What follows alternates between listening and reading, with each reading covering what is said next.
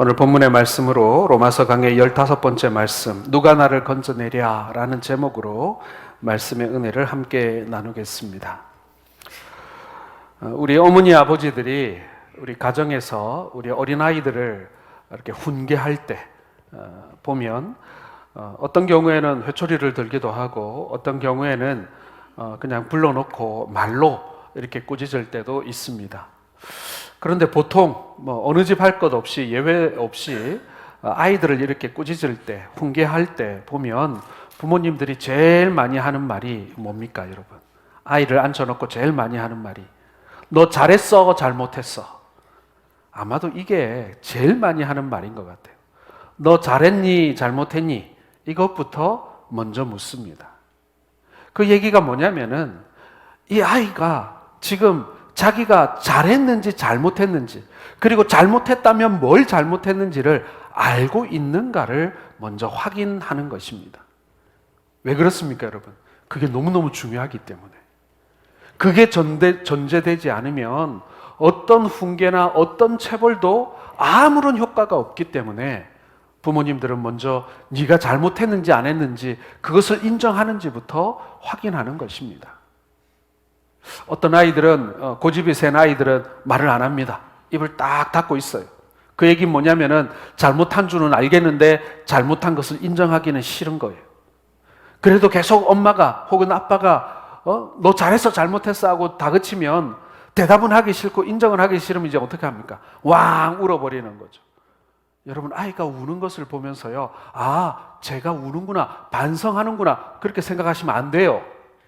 우리 어머니 아버지 중에 애가 울면 아, 제가 반성하는구나, 그렇게 착각하시는데요, 그건 그거 아니에요. 말하기 싫어서 우는 거예요. 잘못을 인정하기 싫어서 우는 거예요.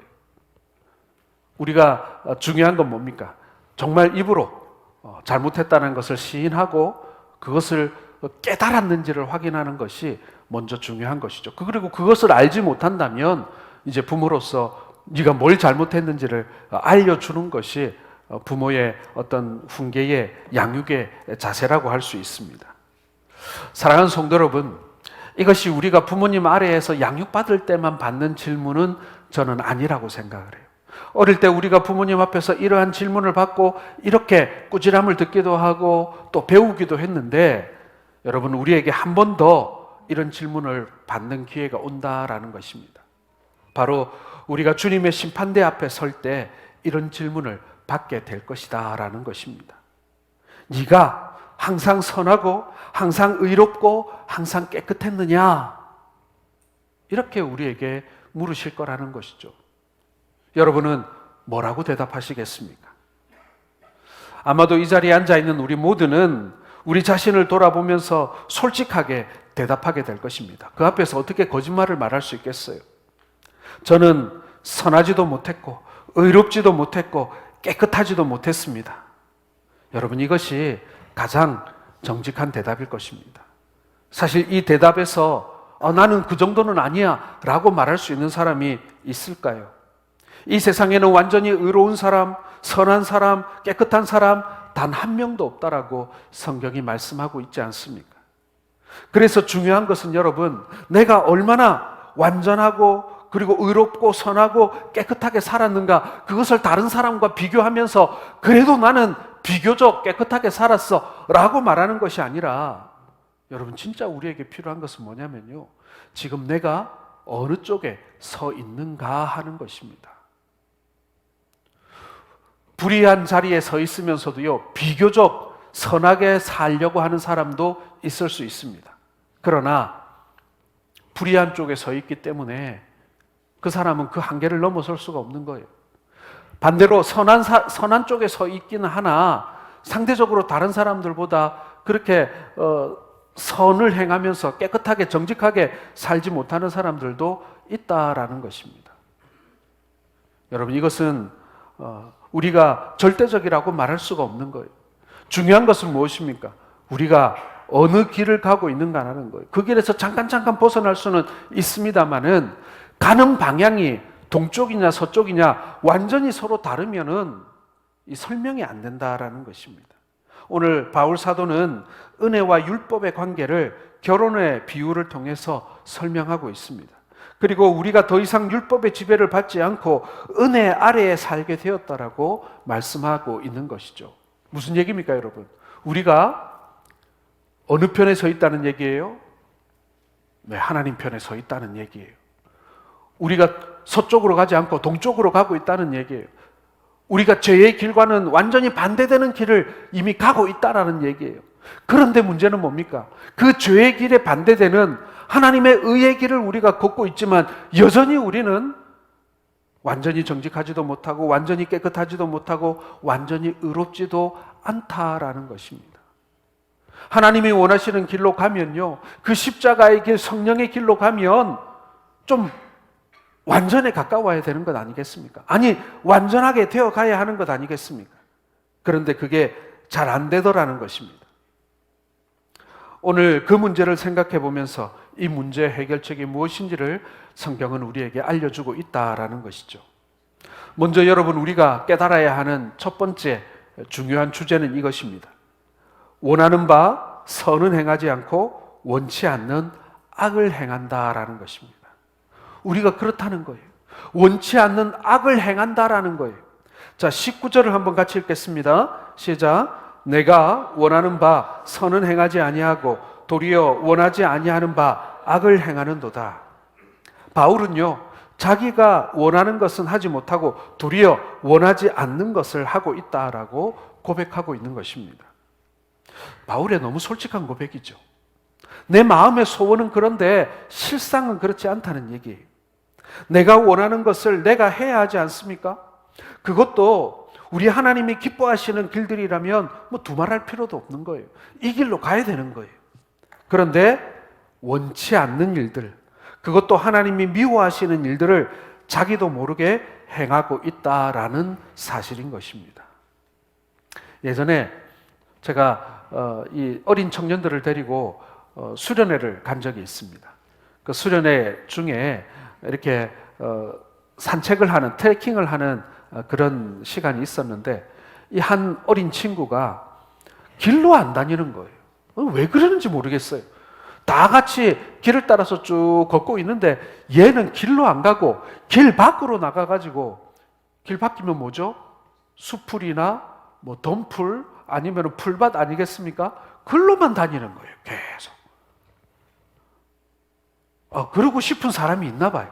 남들이 가는 길을 그냥 가면 되는데 잘 깔려있는 그 길로 안 가고 꼭 그 길을 벗어나서 옆길로 혹은 산길로 그래가지고 뭐 질러 가기도 하고 뒤로 가기도 하고 막 그러면서 가더라고요.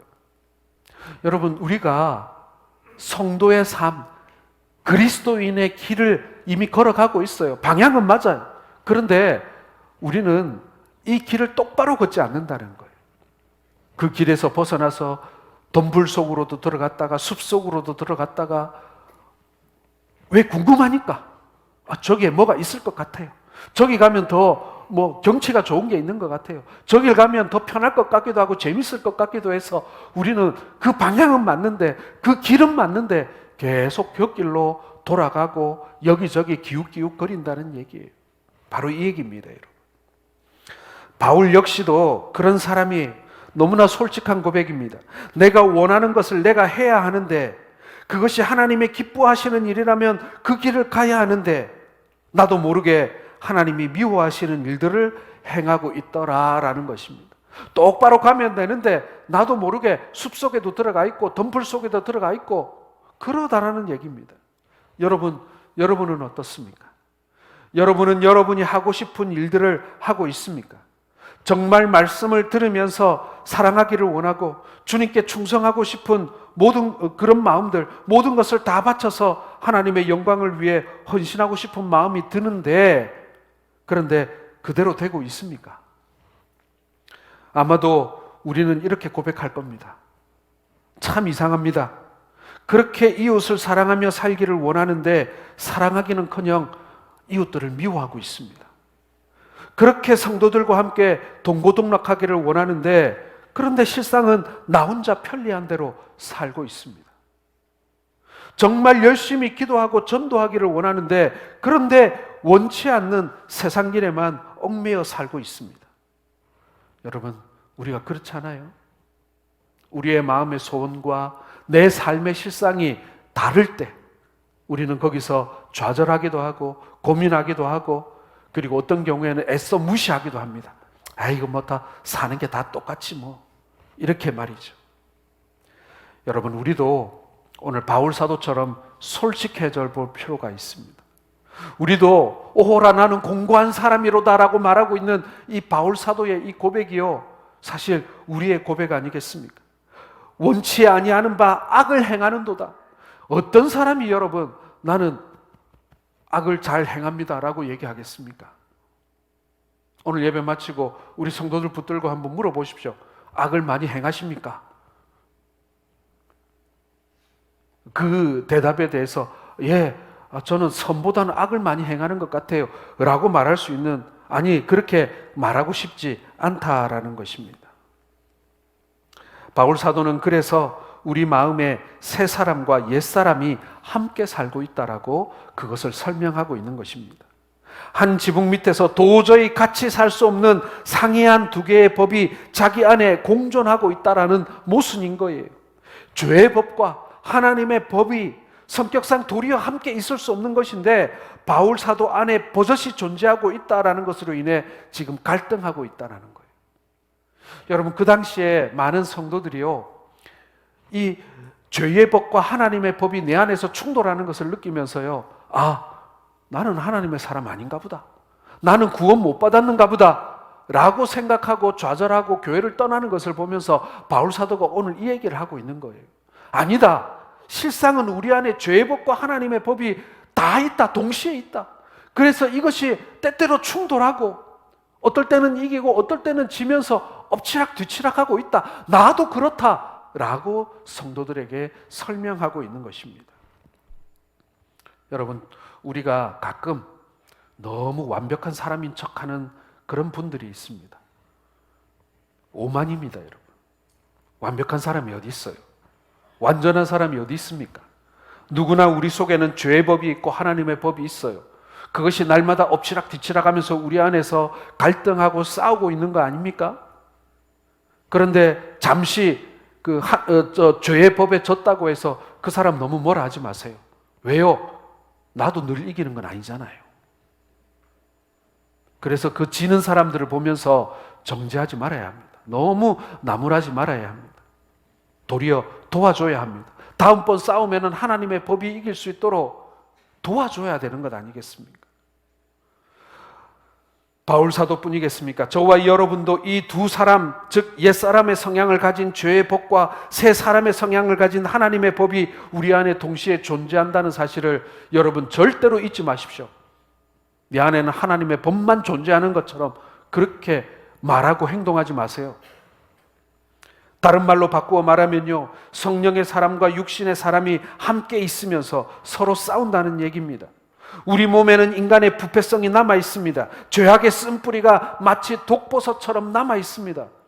장마철에 눅눅해지면은 사방에 곰팡이가 피고 독버섯이 자라는 것처럼 우리도 환경만 만들어지면, 사람들이 모를 것 같으면 내 안에서도 그런 독버섯과 곰팡이가 자라난다는 얘기예요.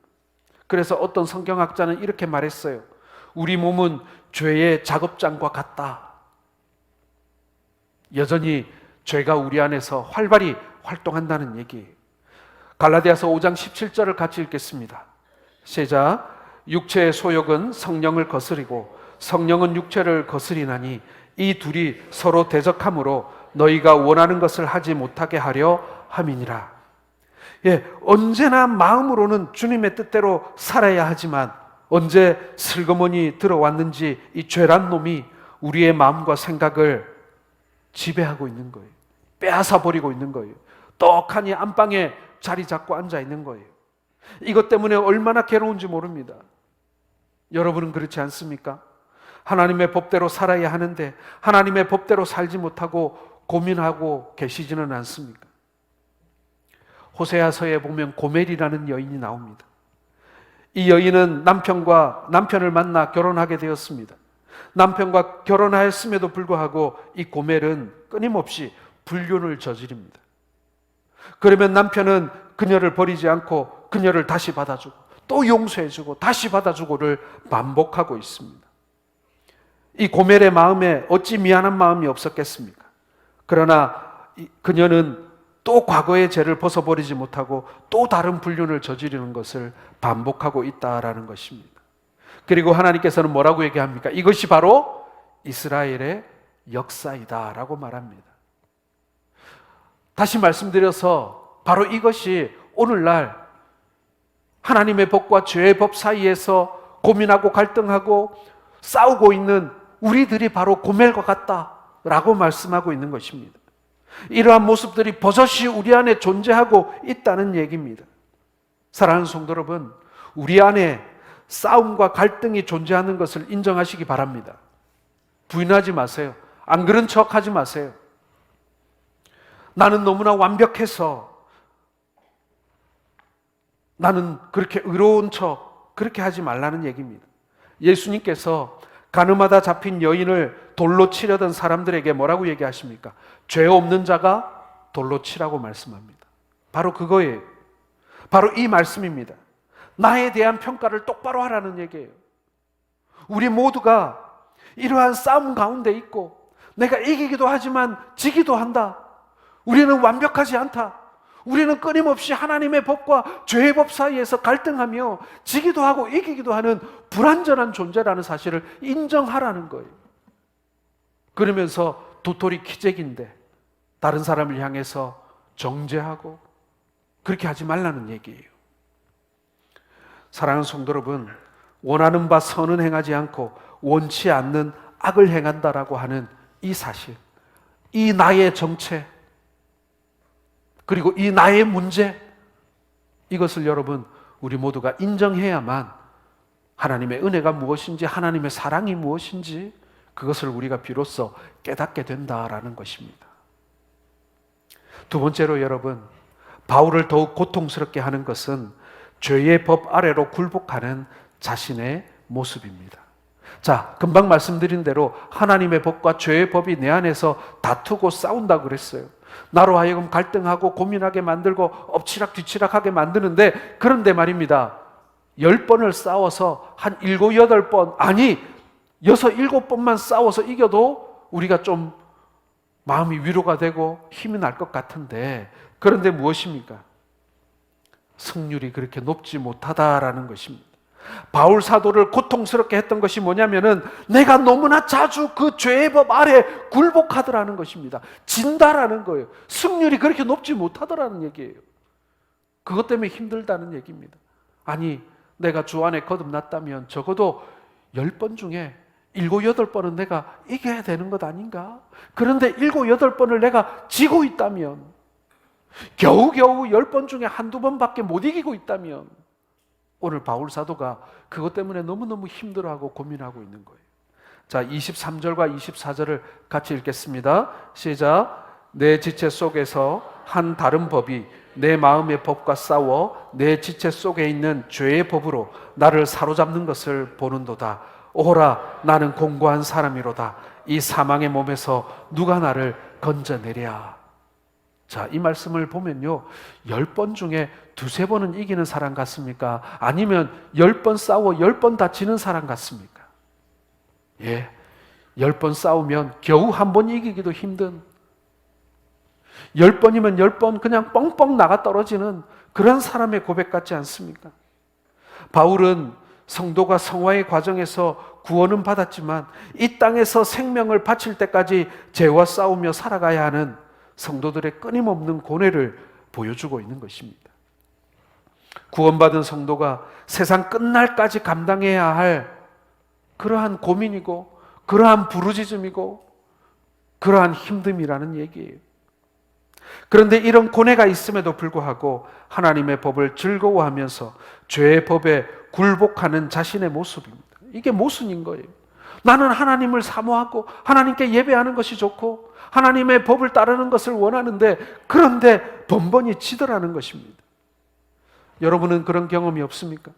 우리가 성령의 법을 기뻐하지만 여전히 세상의 즐거움이 우리를 유혹할 때, 그리고 그 유혹을 이기지 못해 얼마나 좌절과 갈등의 밤을 우리가 지새고 있는가 하는 것입니다. 바울은 일찍이 모든 율법에 통달한 사람이었습니다. 그 율법대로만 행하면 하나님의 뜻을 어김없이 다 지키는 것이라고 믿었던 사람이 바울입니다. 그러나 이제와 생각해 보니 그 율법의 행위조차도 완전한 상태에 이를 수 없었다라는 것을 지금 고백하고 있는 거예요. 늘 죄악을 범하게 된다는 거예요.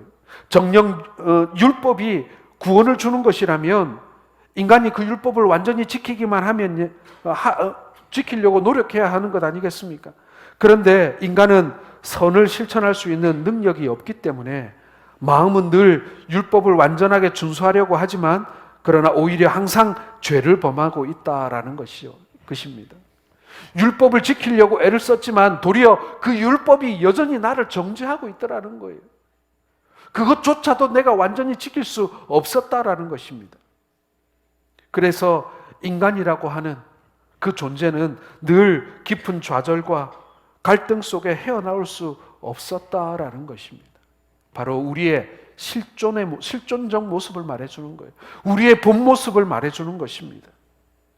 바울은 이러한 상태에 대해서 오호라 나는 공고한 사람이로다. 이 사망의 몸에서 누가 나를 건져내랴 하며 단식하고 있는 것입니다. 실로 헤어나올 수 없는 인간의 비참함을 지금 절규하고 있는 거예요. 사랑하는 성도 여러분, 오늘날 우리에게도 이런 외침이 있다라고 생각합니다. 우리에게도 이런 아픔이 있고 갈등이 있고 고민이 있는 거예요. 우리 역시도 이 두 개 사이에서 이 모순된 우리의 삶을 보면서 고민하고 있는 거예요. 내가 교회에서는 좀 거룩한 삶을 사는 것처럼 보였지만 한 주간 동안 교회 밖에서 살았던 나의 모습을 생각해 보면 교회 안에서의 나의 모습과는 너무나 다른 나를 발견하게 되는 것이죠. 오늘 이 바울의 고백이 오늘 우리에게 다가와야 합니다.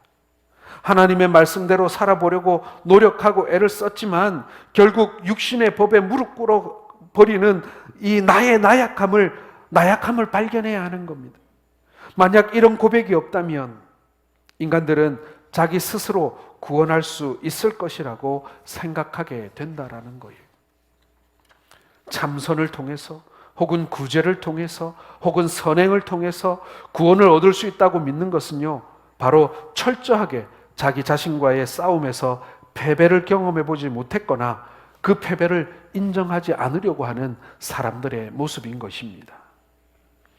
예수님께서 40일 동안 금식을 마쳤을 때 들려오는 소리가 있었습니다. 사단의 소리였습니다.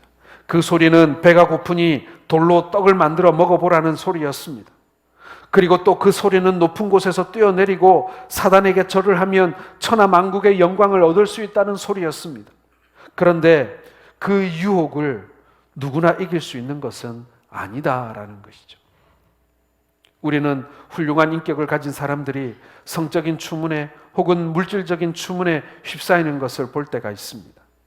아마도 그 사람들의 마음속에도 은밀한 소리가 들려왔을 것입니다. 아무도 보지 못했다라고 속삭일 것입니다. 아무도 모를 것이라고 속삭일 겁니다. 아무도 어떻게 하지 못할 거라고 속삭여 줬을 것입니다. 다윗도 그 소리를 들었겠죠. 그래서 우리아의 아내 밧세바와 동침하게 됩니다. 심심치 않게 사회 지도자들의 성접대가 문제가 되고 그들의 일탈이 문제가 될 때 여러분 혹시 그 가운데 믿는 그리스도인들은 없었겠습니까? 만약에 있었다면 그들도 아마도 그 소리를 들었을 것입니다. 그러나 결국 외면하고 말았습니다. 선거 때가 되면 뇌물 문제가 불거져 나오고 어느 날 찾아온 돈의 유혹을 뿌리치기 힘들었을 것입니다. 분명히 신앙의 양심에서 소리치고 있었을 것입니다. 내 안에 성령께서 말씀하고 있었을 것입니다. 그런데 그 소리를 애써 외면하며 사단이 우리에게 속삭이는 그 소리에 우리가 갈등하다가 결국 넘어가 버리는 그런 경험들을 하게 되는 것입니다. 여러분, 우리가 진정 거듭난 그리스도인들이라면 내 속에서 들려오는 그 소리를, 성령의 소리를 외면하지 못할 것입니다. 그리고 그 소리를 외면했던 우리 자신의 모습을 보고 땅을 치며 통곡하는 것입니다. 분명히 내가 그 죄를 짓기 전에 성령께서 그러면 안 된다라고 내게 말씀하셨는데 나는 그것을 애써 무시하고 내 마음대로, 내 뜻이 가는 대로, 내 육신의 소욕대로, 내 이익을 따라서 그 죄의 길을 선택했던 나의 모습을 우리는 애통해할 수밖에 없는 것입니다. 하나님의 자녀라고 했는데, 목사라고 했는데, 집사라고 했는데 그것도 지키지 못했는가라고 하는 그 패배감에, 그 자괴감에 우리가 좌절하게 되는 것입니다. 우리가 정직한 그리스도인들이라면 우리 속에서 말씀하시는 이 성령의 음성을 듣고 우리가 바울과 같은 탄식을 할 수밖에 없다라는 것입니다. 내가 얼마나 의롭고 완전한 사람인가를 사람들에게 과시하고 그것을 알아주기를 바라는 것, 그게 아니라 내 안에 여전히 이 싸움이 있고 여전히 성령께서는 내게 말씀하시지만 내가 그 성령의 음성에 귀 기울이지 못하고 내 마음의 소욕대로, 내 육신의 소욕대로 내가 행해서 내가 제대로 살아내지 못했다라고 하는 그 탄식과 안타까움과 부끄러움에 하나님 앞에 엎드릴 수밖에 없는 것. 여러분, 그것이 바로 오늘 이 시간 하나님 앞에 나온 우리들의 모습이어야 한다라는 것입니다. 자, 그렇다면 도대체 이런 나를 누가 구원할 수 있는가 하는 것입니다. 오늘 바울 사도가 오라 나는 공고한 자로다, 누가 이 사망의 법 아래서 나를 구원해낼까, 그렇게 가슴을 치면서 얻은 결론이 무엇인가? 바로 모든 문제의 해결이 바로 예수 그리스도밖에 없다라는 사실입니다. 여러분 아멘 하시기 바랍니다. 오늘 8장 1절과 2절의 말씀을 같이 읽겠습니다. 시작.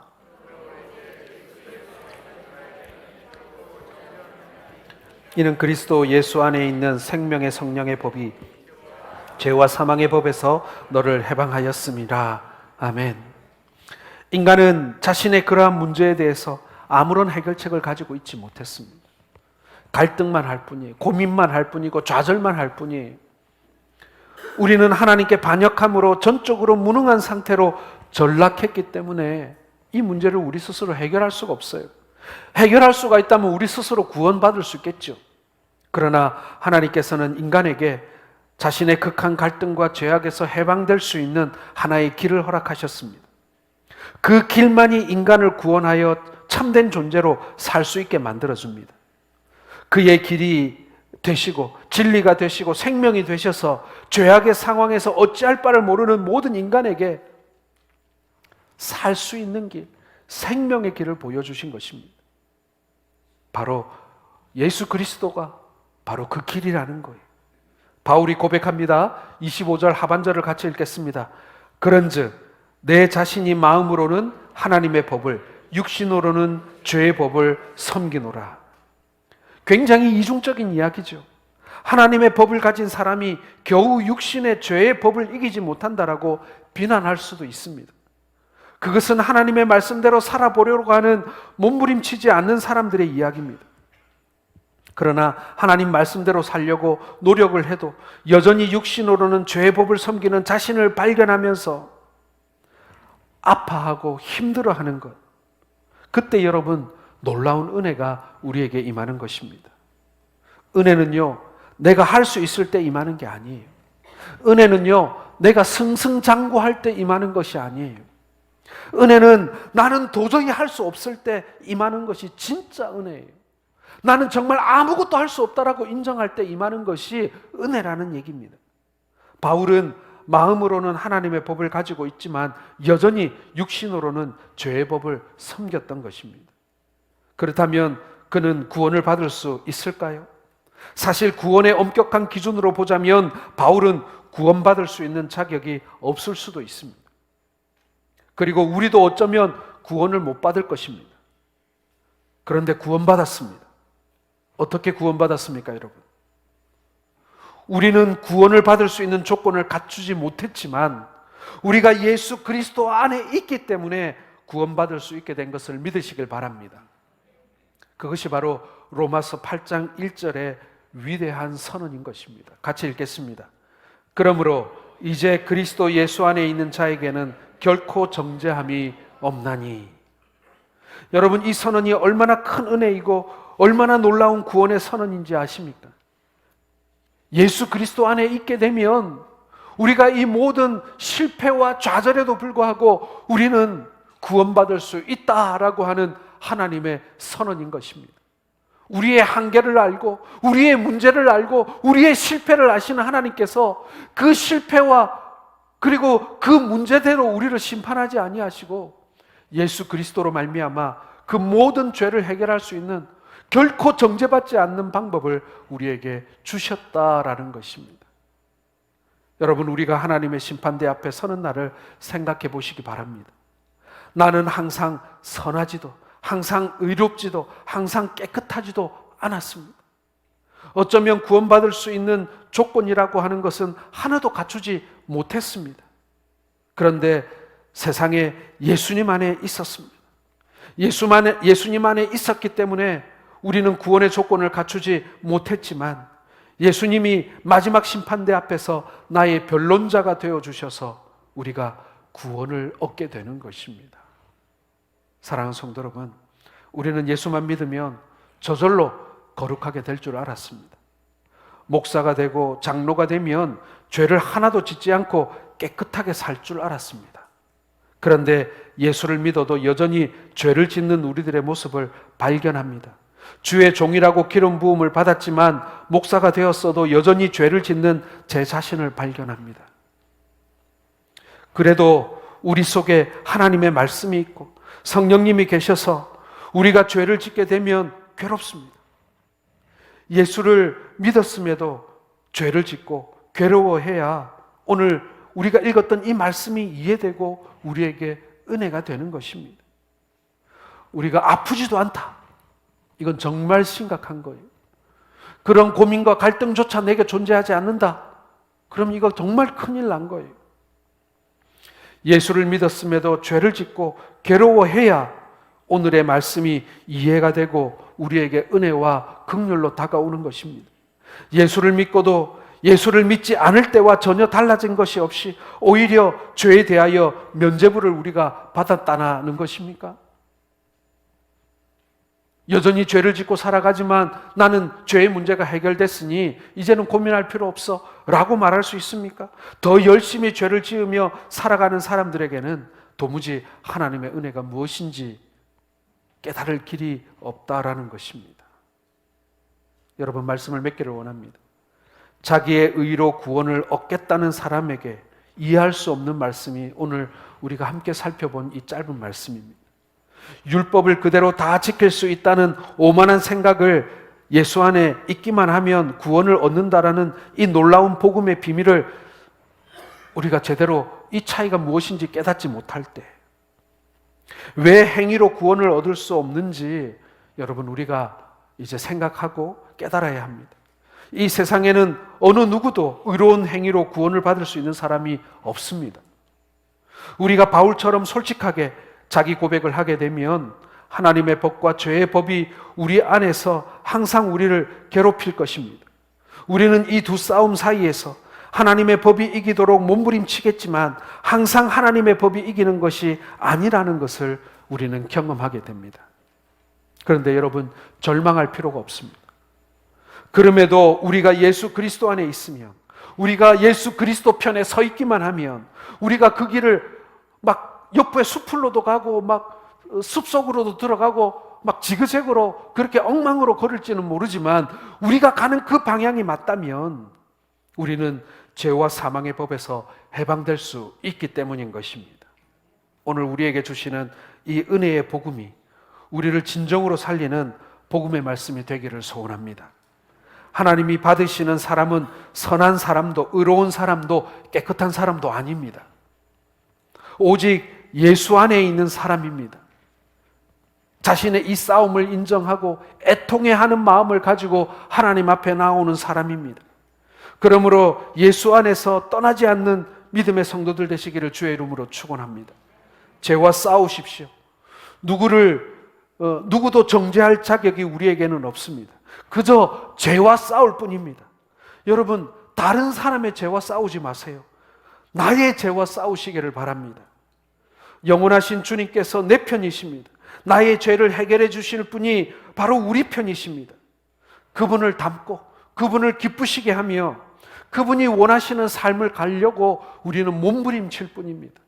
그리고 매 순간순간마다 우리가 실패하고 넘어짐에도 불구하고 여전히 우리를 붙드시고 그 길을 걸어가시는 그 주님의 은혜를 우리가 하루하루 겸손히 경험할 뿐인 것입니다. 여러분, 이러한 경험을 해 나가시는, 이러한 삶을 살아가시는 우리 모든 성도들 되시기를 주님의 이름으로 축원합니다. 기도하겠습니다.